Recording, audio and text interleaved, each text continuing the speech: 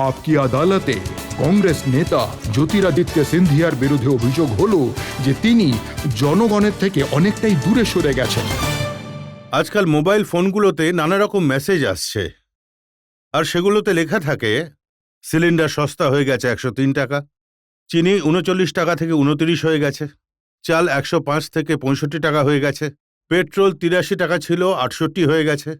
বাবুরা এখন সময় অফিসে যান, ইংরেজ আমলের আইনগুলো বাতিল হচ্ছে, জনধন যোজনায় 15 কোটি মানুষ অ্যাকাউন্ট খুলেছে, দুর্ঘটনা বীমা হতে পারে 12 টাকায়, জীবন বীমা হতে পারে 330 টাকায়। এত কিছু হয়ে গেল, আপনি জানতেই পারলেন না।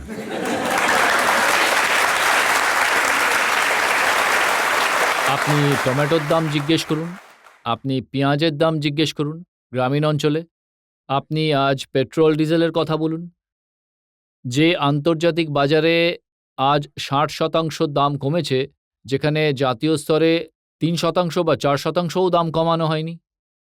আপনি অন্যান্য আরও অনেক বিষয়ে কথা বলুন। এই যে আপনি জনধন যোজনার কথা বললেন, 12.5 কোটি অ্যাকাউন্ট খোলা হয়েছে গত 1 বছরে, এতে কোনো দ্বিমত নেই। আমরা কি জানি এই 12.5 কোটি অ্যাকাউন্টের মধ্যে কতগুলো অ্যাকাউন্টে জিরো ব্যালেন্স রয়েছে?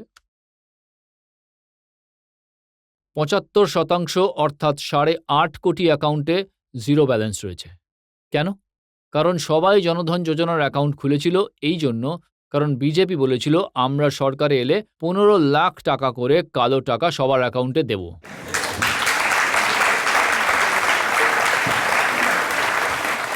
আর আজ যখন পুরো দেশ জুড়ে হতাশা এবং দেশের প্রতিটি মানুষ জিজ্ঞেস করছে যে আমার 15 লাখ টাকা কোথায় গেল, তখন বিজেপির সর্বভারতীয় সভাপতি বলেন, আরে ভাই, ওটা তো নির্বাচনী জুমলা ছিল। তো এটাই হলো ওদের বাস্তবতা। এই বাস্তবটা জনগণের কাছে কেন পৌঁছতে পারলেন না? আমরা পৌঁছচ্ছি এবং পৌঁছতে পারছি। দেখুন, খবরের কাগজ আর টিভি চ্যানেলগুলো সার্ভে করেছে, আপনারা যদি পৌঁছতে পারতেন তবে টাইমস অফ ইন্ডিয়া কি বলতে পারত যে 73% মানুষ সরকারের কাছে সন্তুষ্ট? ভাস্কর কি বলতে পারত যে 61% মানুষ সরকারের কাছে সন্তুষ্ট? আমার খুব ভালো লাগছে। ইন্ডিয়া টুডে কি বলতো যে 56% মানুষ এনডিএর কাজে সন্তুষ্ট? এর মানে কোথাও না কোথাও আপনাদের কথা মানুষের কাছে পৌঁছয়নি। আমি খুব খুশি যে আপনি সার্ভে বা সমীক্ষার কথা বললেন, এবং আমাদের ভুলে যাওয়া উচিত নয় যে এই একই সমীক্ষাগুলোই 2009 সালে বলেছিল যে ইউপিএ সরকার গঠনের কোনো সম্ভাবনাই নেই। এগুলো সেই একই সমীক্ষা। আর কতদিন 2009 আটকে থাকবেন আপনি? একটু সামনে এগোন। আমি বিশ্লেষণ করছি যে আপনি যে সমীক্ষার কথা তুললেন না, পাবলিক ইনভেস্টমেন্ট বাড়ছে না, আমাদের এক্সপোর্টস কমছে, পেট্রোল ডিজেলের দাম পর্যন্ত কমছে না, তাহলে আমরা কোন প্রবৃদ্ধির কথা বলছি? এই সমীক্ষাগুলো তো এও বলছে যে বিশ্ব জুড়ে নরেন্দ্র মোদী যে সফরগুলো করেছেন তার ফলে বিদেশে ভারতের মর্যাদা বেড়েছে। একেবারেই, মার্কেটিং প্রচুর হয়েছে। আমি তো বলবো এটা এক ফটো অপ সরকার, এবং এটাই আপনারা দেখছেন। একদিকে আমরা বলছি স্বচ্ছ ভারত, সব মন্ত্রীদের বলা হচ্ছে ঝাড়ু নিয়ে যাও, আর অন্যদিকে বাজেটের বরাদ্দ 50% ছাঁটাই করা হচ্ছে। তাহলে কোথা থেকে হবে স্বচ্ছ ভারত? স্বচ্ছ ভারত বা নির্মল ভারতের জন্য আপনাদের সরকার কত টাকা বরাদ্দ করেছে? 12,000 কোটি। এই সরকার কত রেখেছে? 6,000 কোটি। আপনাদের 12,000 কোটি দিয়ে কি পরিষ্কার হয়েছিল? না, হয়তো হয়নি, কিন্তু আপনি এটা বুঝে নিন যে সেই স্বচ্ছ ভারত যোজনায় কেবল পরিষ্কার পরিচ্ছন্নতাই নেই, যে টয়লেটগুলো তৈরি করা হয়, গ্রামে গ্রামে টাকা দেওয়া হয়, সবই এর মধ্যে অন্তর্ভুক্ত। যদি আপনি আমাকে জিজ্ঞেস করেন যে যদি আমাদের সমস্ত যোজনার যে আশা আকাঙ্ক্ষা অনুযায়ী জনগণের মনোমতো হতো, তবে তো আমরা নিশ্চয়ই পুনরায় সরকারে আসতাম। এতে কোনো দ্বিমত নেই যে আমাদের অনেক ধরনের খামতি ছিল, সেই কারণেই তো আজ আমরা সরকারে নেই। দেখুন, সেই কারণেই তো আপনাদের যোজনাগুলোর ব্যাপারে বলা হয় যে সেগুলোতে হাজার হাজার কোটি টাকা রাখা হতো, কিন্তু সেগুলো কারোর না কারোর পকেটে চলে যেত, খরচা হতো না। সমস্ত প্রজেক্টেই খরচ হয়েছে। বিশ্লেষণ আমি এটাই করতে চাই, যদি আপনি এটা মনে করেন যে এর এর সমাধান হলো বাজেটে বরাদ্দ কমিয়ে দেওয়া এবং এতে দেশের উন্নয়ন হবে। আমি এর সঙ্গে একমত কিন্তু নই। আপনারা এটার উপর কোথায় ফোকাস করছেন? আপনারা তো প্রতিদিন বলছেন যে রাহুল গান্ধী বলছেন যে প্রধানমন্ত্রী বিদেশ সফরে ব্যস্ত, তিনি আজকাল হিন্দুস্তানে ট্যুরে আসছেন, উনি এনআরআই হয়ে গেছেন। কিন্তু এটাও তো বাস্তব। আপনি আমাকে বলুন, বর্তমানে দেশের ভেতরে যখন এত খারাপ অবস্থা কৃষিক্ষেত্রে, তাহলে কি আমাদের সেটার তদারকি বা এত সফর খারাপ করা উচিত অবস্থা নয়? দেখেও রাহুল গান্ধী 56 দিনের জন্য যখন- কোথাও উধাও হয়ে গেছিলেন। আত্মপর্যালোচনা করার জন্য গিয়েছিলেন, ওতে তো কোনো অসুবিধা নেই। এখন ফিরে এসে পুরোপুরি কাজে লেগে আছেন তো। মনমোহন সিংজি হ্যাঁ, 2009 থেকে 2010-এর মধ্যে 42 দিন বিদেশ সফরে গেছিলেন 14টা দেশে। 3 বার আমেরিকা গেছিলেন এক বছরে। মোদি 57 দিন গেছেন।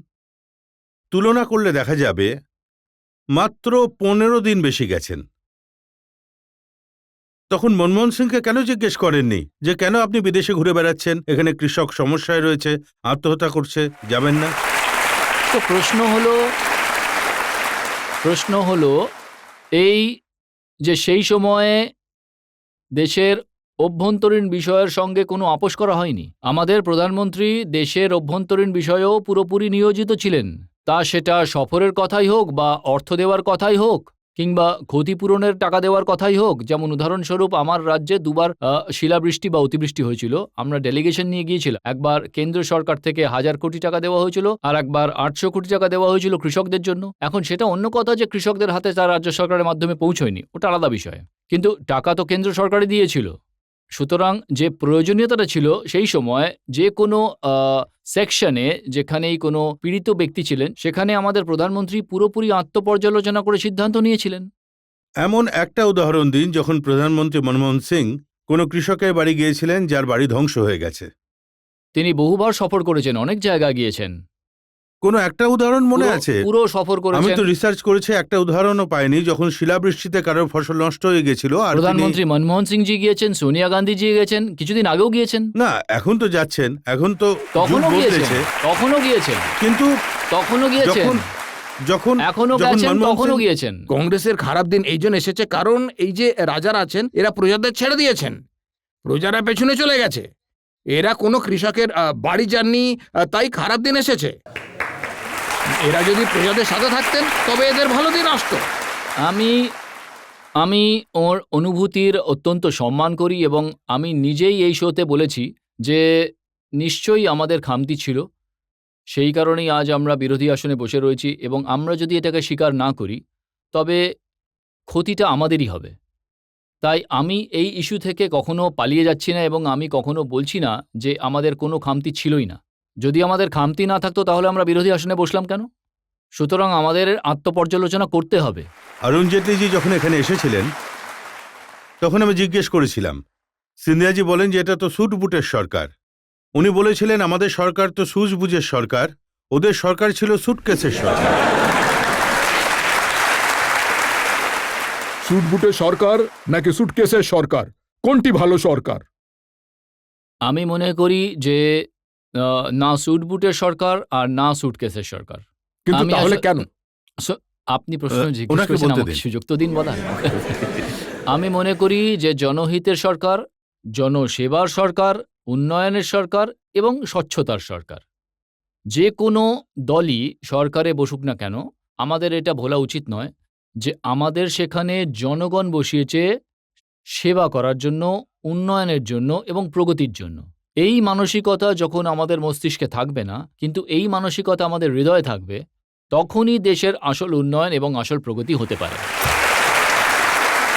এরা বলছেন যে আমাদের এক বছরে এই এই জিনিসগুলো হতে পারতো না। তো আমি ওনাকে বলতে চাই যে জিজ্ঞাসা করুন, বিজেপি যদি এক বছর হয়ে থাকে আর এরা বলছেন যে এরা এটা করেনি, ওরা ওটা করেনি, তাহলে এরা কিভাবে নিজেদের দিনগুলোর কথা ভুলে গেলেন যখন এনারা ঠিক সেই সময়ের কমনওয়েলথ গেমসে কি কি করেছিলেন? হ্যাঁ, সেটা বলুন। এটা তো আপনাদের সবার জানা যে হ্যাঁ ভাই, কত টাকা, কত আরব টাকার ক্ষতি হয়েছিল দেশের, তখন আপনাদের মনে ছিল না?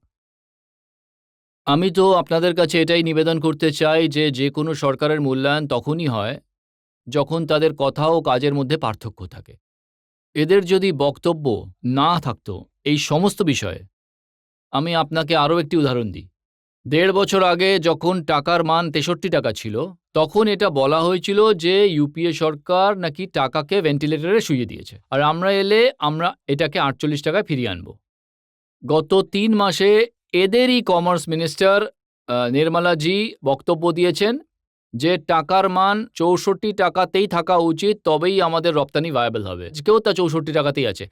তাহলে যে টাকা ভেন্টিলেটরে ছিল তা আজ ভেন্টিলেটর থেকে অফ কেন হলো না? আজও কেন ভেন্টিলেটরে রয়েছে? সুতরাং যখন কোনো সরকারের কথা ও কাজের মধ্যে এত বেশি মাত্রায় পার্থক্য থাকবে, তখন সেটার মূল্যায়ন করা বিরোধীদের ভূমিকা এবং আমাদের দায়িত্ব, যেটা আমরা করব। উনি যে প্রশ্নটি করতে চাইছেন, এমন প্রশ্ন সোশ্যাল মিডিয়াতে প্রচুর আসছে। নেহরুজি 16 বছর 286 দিন প্রধানমন্ত্রী ছিলেন, ইন্দিরাজি 15 বছর 91 দিন প্রধানমন্ত্রী ছিলেন, রাজীব গান্ধী 5 বছর 32 দিন প্রধানমন্ত্রী ছিলেন, মনমোহন সিংজি 10 বছর 4 দিন প্রধানমন্ত্রী ছিলেন। যোগ করলে দাঁড়ায় 47 বছর 48 দিন। 47 বছর 48 দিনে আচ্ছে দিন আসতে পারলো না, আর আপনারা চান 1 বছরে চলে আসবে? আমি আপনার সঙ্গে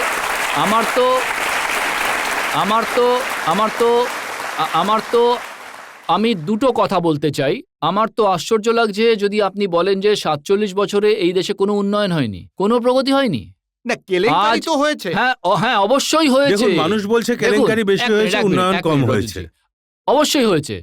আমি আপনার সঙ্গে একমত, এবং আপনার যতটা ঘৃণা আপনার মধ্যে রয়েছে তার থেকে বেশি ঘৃণা আমারও রয়েছে। আমি আপনার সঙ্গে পুরোপুরি একমত। না, সেটা কিন্তু আমি বুঝছি, আপনাকে কিন্তু কি- আপনি বলুন। ওনাকে আমাকে একটু নিজের কথা সুযোগ বলতে দিতে দিন, পারেন? ওনাকে বলতে দিন কিন্তু প্লিজ। উন্নয়ন কি হয়নি, প্রগতি কি হয়নি?